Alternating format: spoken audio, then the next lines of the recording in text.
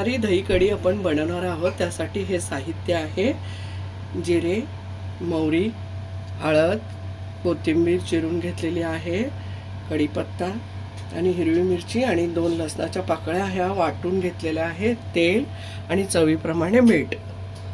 आता प्रोसेस पाहू। तेल घेऊया। पातेले गरम झालेले आहे।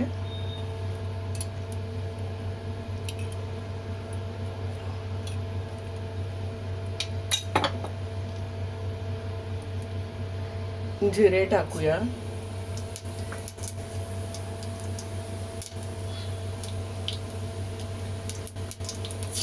मोहरी टाकून घेऊया। कढीपत्ता टाकून घेऊया। हा ठेचा टाकून घेऊया।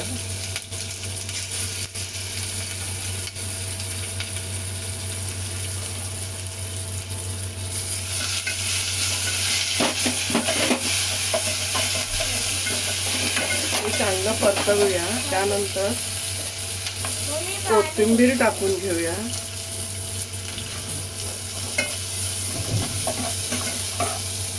हळद टाकूया। दही फेटून घेतलं आहे, दही टाकून घेऊया।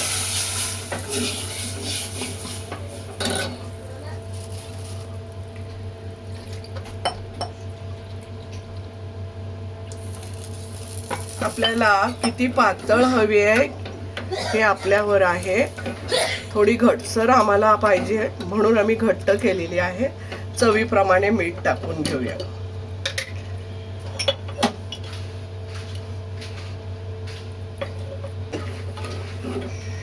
तुम्हाला हवी असल्यास थोडी साखर टाकू शकता।